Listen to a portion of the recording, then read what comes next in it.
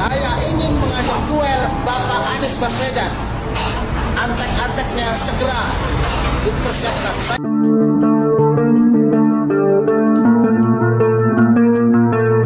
Assalamualaikum warahmatullahi wabarakatuh. Saudara sekalian, berjumpa kembali pada channel ini dan pada kesempatan ini kita lihat seorang pemuda yang viral di media sosial. Yang pemuda ini nampaknya memang bego, dan pemuda ini mengajak duel Anies Rashid Baswedan. Tiada angin, tiada hujan, entah kenapa pemuda ini ajak duel Anies Rashid Baswedan.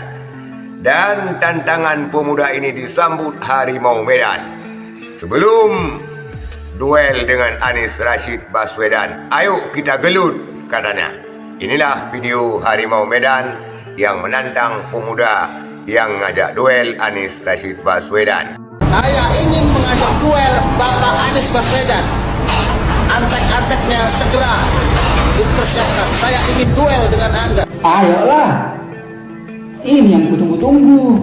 Ayo, aku nggak tahu kau pendukung siapa. Yang penting tunjukkan alamatmu, atur jadwal main, jumpa di tengah. Kok bisa mainnya sebelum pemilu? Ini cocok kali nih tontonan kayak gini. Ayo, diterima Harimau Medan tantanganmu, ayo. Jangan macam Pak Jaji ya, ngomong-ngomong aja kau ya. Itu dia saudara sekalian, seorang pemuda yang viral di media sosial yang mengajak duel Anies Rashid Baswedan. Entah kenapa dia rasis terhadap Anies Rashid Baswedan, tiada angin, tiada hujan, sehingga tantangan duelnya ini disambut oleh Harimau Medan. Kata Harimau Medan, ayo kita cari tempat di tengah, kita duel. Ini bagusnya kita duel sebelum pemilu, biar menjadi tontonan, katanya.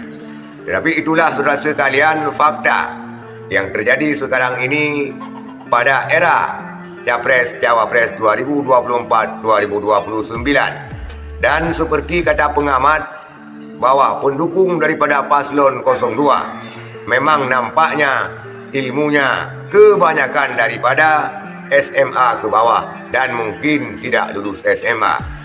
Karena kita lihat video ini, seorang pemuda yang tiada karena ataupun tiada sebab mengajak duel dengan Bapak Anies Rashid Baswedan.